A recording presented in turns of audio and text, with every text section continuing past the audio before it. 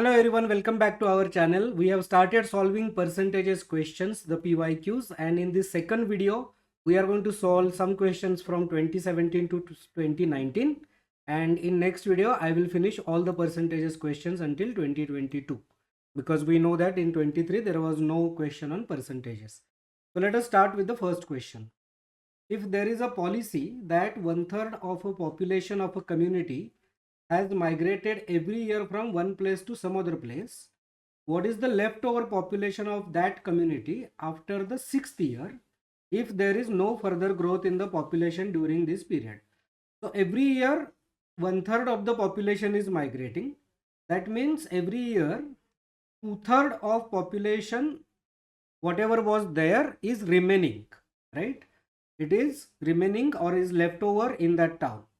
Now this process continues for 6 years. So we need to find out what will be the population at the end of the 6th year. And we have been given in options the fractions of the original population. So let us say that, our population was X. So after first year, it will be 2/3 of X, which will be left. So this is the population after first year, right? After second year, 2/3 of this population, 2/3 of this population will be left. So I'm going to multiply this by 2/3. So this is after second year. Similarly, after third year, 2/3 of this. After fourth year, 2/3 of this. And after fifth year, 2/3 of this. And after sixth year, 2/3 of this. Right? This will be the leftover population, the fraction of X, which will be left over after 6 years. So what is the fraction of X now? So we have to simply multiply this 2, 2, 2, 2, 2, 2, 2. This is 2 raised to 6 divided by 3 raised to 6, right, into X. This will be the population which will be left over at the end of the 6th year. So 2 raised to 6 is 64. And there is only one option with 64 on the numerator. So that's our correct answer, option number D. If you do 3 raised to 6, it will be 729. Okay. So 64 divided by 729th part of the population will be left over after 6th year. This is not really a percentage question, but the similar concept of successive multiplication needs to be used here. I mean, they can give this that 33.33% population, right? Then it becomes a percentage.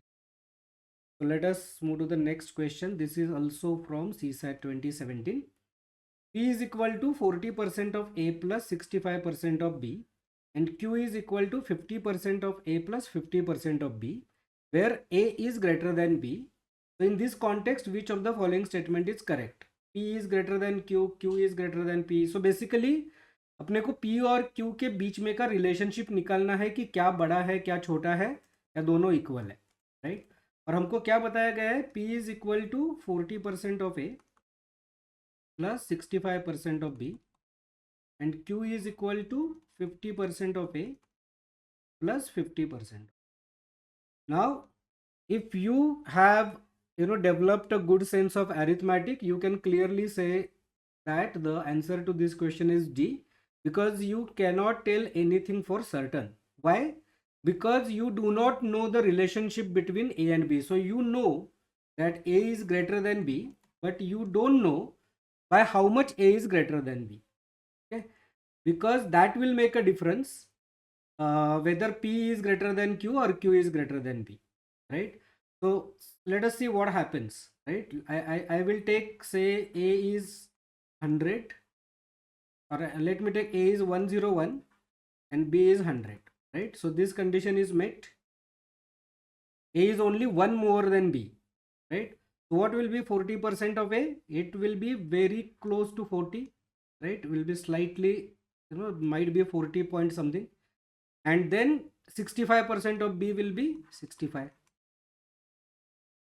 Now 50% of A, this will be 50.5 plus 50% of B will be 50. So this will be 100.5 and this will be 605 point something, right? Whatever it is. So in this scenario, we can see that P is greater than Q. Then it is very close, right? Now, if you take A is equal to 1000 and B is equal to 100, right? Then P is equal to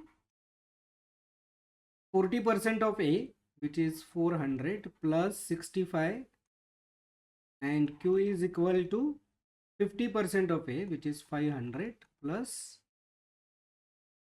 so this is 465 and this is 550. So in this scenario, Q is greater than P, right? So it matters how big A is than B to identify the answer to this question, the relationship between P and Q. Okay, so with this given data, we cannot tell anything for certain that whether P is greater than Q or vice versa. Okay, so answer to this question is D. So let us move to the next one. In a city, 12% households earn less than 30,000 per year. 6% households earn more than 2 lakh per year. 22% households earn more than 1 lakh per year. And 990 households earn between 30,000 to 1 lakh per year. Then how many households earn between 1 lakh and 2 lakh? Okay, so that is the question. So let me draw a line, because that way it is easy to interpret this data. I'm going to create three benchmark here. This is 30,000, this is 1 lakh, and this is 2. Okay, so 12% earn less than 30,000. So this is basically 12%. Then 6% households earn more than 2 lakh. This is 6%. Then 22% households earn more than 1 lakh. Now, more than 1 lakh will include more than 2 lakh, right? This 22% households will include this 6%, because anyone who is earning more than 2 lakh is obviously earning more than 1 lakh. So I'm going to remove this 6% from this 22% and write 16% here. So 16% are earning between 1 lakh and 2 lakh. Okay. And then 990 earn between 30,000 to 1 lakh. So here they have given absolute number, not a percentage. So this is 990. And now we have been asked what is the absolute number for this 16%. Okay. So obviously we have to find what is the percentage for this 990, so that we know that 1% is equal to how much, so that we can calculate this 16%. It is very simple. So this is 22 plus 12 is 34%. I am looking at out of this range and out of this range, right? Because I need to find the percent equivalent to 990. So this is 22 and this is 12 is 34. That means this is equal to 66, right? So if 66% is equal to 990, what is equivalent to 16? Is the question.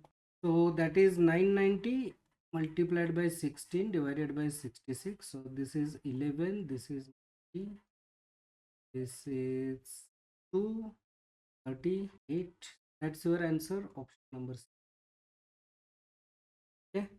So here what you may miss is that this 22% actually includes this 6%. Okay. If you miss this, then you may take this as 22% and you will go wrong here. So be very, very careful about it. Answer to this question is C. Let us go to the next one. A student has to get 40% marks to pass in an examination. He has to get 40% to pass. Suppose he gets 30 marks and fails by 30 marks. So he is getting 30, but he is failing by 30. That means the passing marks are 60. Right? So he has got 30 marks, but he still failed by 30 marks. That means to pass, he was required to get 60 marks, which is equivalent to 40%. So 40% is equal to 60. So question is, what are the maximum marks in the exam? Maximum marks are 100%. So this then becomes simple question, right? 150 marks. That's our answer, option number B. So this was from 2018. Let us go to the next one. A person bought a refrigerator worth rupees 22,800 with 12.5% interest compounded annually or yearly. At the end of the first year, he paid 8650. At the end of the second year, 9125. How much will he have to pay at the end of the third year to clear the debt? So basically the price of the fridge is 22,800 and he has taken a loan for this full amount with 12.5% interest, which gets compounded at the end of every year. So that compounding happens on the outstanding amount, right? We have to calculate outstanding amount after this payment for every year. So for the first year, what is the amount of interest? So we know that 12.5% is equal to 1 by 8. So I am going to divide this by 8 to calculate the interest amount. So this will be 16,850, right? So this is the interest amount at the end of the first year. So the total payable at the end of the first year is 22,800 plus 2,850, which is 25,650, right? 22, 24, 24, yeah, 25,650, out of which he paid 8,650, right? So he paid 8,650. He is left with 17,000 at the beginning of the second year. Now on this 17,000, he again has to pay an interest of 12.5%. So I'm going to divide this by 8. So this is 8, 2, 1, 1, 2 and 5. So that is the interest amount at the end of the second year. So at the end of the second year, he has to pay 17,000 plus 2125, which is 19,125, out of which he pays 9,125, right? That means his outstanding debt at the end of the second year is 10,000. What happens on third year? He starts with 10k as a loan or as a outstanding amount, on which the interest of 12.5% will get added. So this is 10k and this is 1250. I don't have to divide by 8 because it is, simple number. So 1250 is the interest. So 11,250. At the end of the third year, he has to pay 11,250 if he wants to clear his debts in its entirety. So answer to this question is option number D, 11,250. Make sure that you are not forgetting to add this 1250 in the third year, because जैसे तुम third year में आओगे आपको 10,000 amount मिलेगा और वो भी एक ऑप्शन है, लेकिन ये गलत ऑप्शन है क्योंकि थर्ड ईयर में उसको वापस 12.5% इंटरेस्ट देना पड़ेगा, which is equal to 1250. So the outstanding to clear his debt at the end of the third year will be 11,250. Okay. So answer to this is D. This is 2018 question. Let us go to the next one. A and B are two heavy steel blocks. If B is placed on top of A, ये B है तो A के ऊपर top में रख दिया, the weight increases by 60%. So A का कुछ weight है, if you keep a B on top of it, this total weight increases by 60%. So A का जो weight है, the weight of A plus weight of B is basically 160% of weight of A, right? तो A का weight हम 100 मानते हैं और obviously जब आप B ऊपर रखोगे तो it will become 160. So B is equal to 60, right? So suppose this is 100 units, A is equal to 100 units.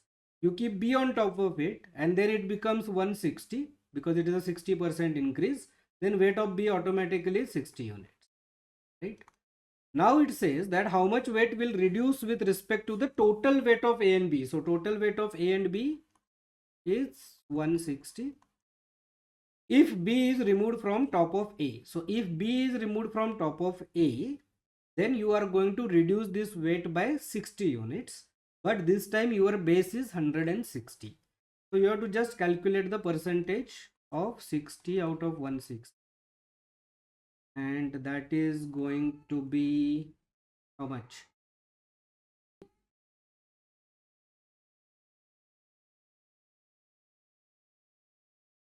37.5. Okay, so that's our answer, option number D. Very simple question, CSAT 2019. Let us go to the next one.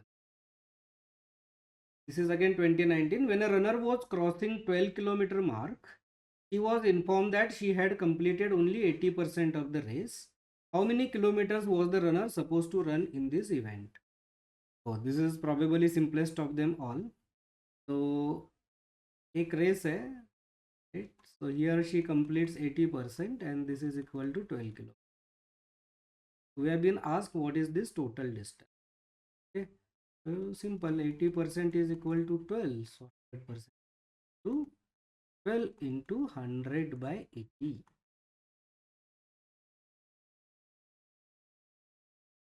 15. That's our answer, option number C. Very simple question, CSAT 2019. Let us move to the next one. Raju has 9,000 rupees with him and he wants to buy a mobile handset, but he finds that he has only 75% of the amount required to buy the handset. So this 9,000 is basically 75% of price of the handset. Therefore, he borrows rupees 2,000 from a friend. Then Raju still does not have enough amount. Raju has exactly same amount required. Raju has enough amount to buy and left with 500. So basically we have to find whether Raju has enough amount or not, or what is the excess or shortfall. Okay, that is the question. So 9,000 is equal to 75%. So first we have to calculate the price of the handset. So 100% is equal to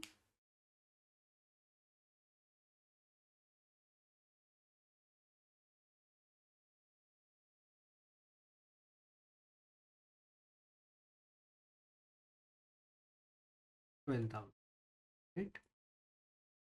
So 12,000 rupees is the price of the handset.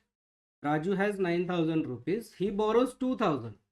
So now Raju has original 9k plus borrowed 2k. He has 11,000 rupees. Price of the mobile is 12. Now what are the options?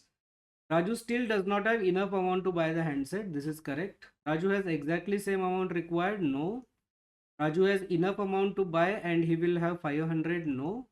Raju has enough amount to buy and he will have 1,000. No. In fact, he is 1,000 short.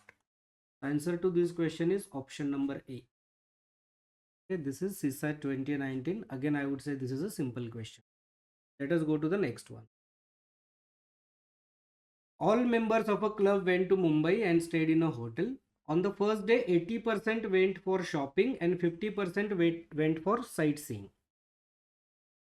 Whereas 10% took rest in the hotel. Which of the following conclusion can be drawn from the above data? So this is percentage plus Venn diagram का problem, right? हम लोग बोल सकते हैं कि ये दोनों का मिला के क्वेश्चन है. And because all the values have been given in percentages, let us say that the total number of the club members is 100 और ये सारे 100 मुंबई चले गए. तो let me draw it here the Venn diagram. This is the population of 100 which went to Mumbai. इसमें से first day 80% went for shopping. तो इसमें से 80 लोग शॉपिंग चले गए, right? And 50 went for sightseeing, but in this 50 I do not know whether all 50 are overlapping this shopping or these 20 plus these 30 out of shopping. उनका breakup मुझे पता नहीं है. So I will hold it back and see what is the next question. Whereas 10% took rest. तो इसमें से जो 20 बचे हैं उसमें से 10 people they took rest. That means apart from these 10 people, 90 people did something, right? Out of these 90, 80 went for shopping.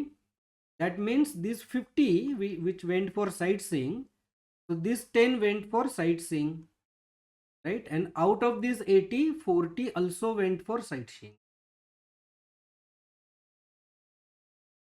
Correct, because ये जो 10 बचा है उन्होंने कुछ ना कुछ तो किया है, क्योंकि only 10 people have taken the rest and 80 people went on shopping. That means these 10 people went purely for sightseeing, but total sightseeing people are 50. So there are 40 people which did both shopping and the sightseeing. I hope you are getting this. Now let us look at the option. 40% members went for shopping as well as sightseeing. This is correct, right? So these 40 went for shopping as well as sightseeing. 20% members went only for shopping. No, 10% meant 10% members went only for shopping, not 20%. So this is wrong. Means answer to this question is option A, 1 only. Okay, let's go to the next. In an examination, A has scored 20 marks more than B. If B has scored 5% less marks than A, how much has B scored? So A has scored 20 marks more than B, which is 5% less than, B has scored 5% less than A. So if A has scored 100, then this guy scored 95, right?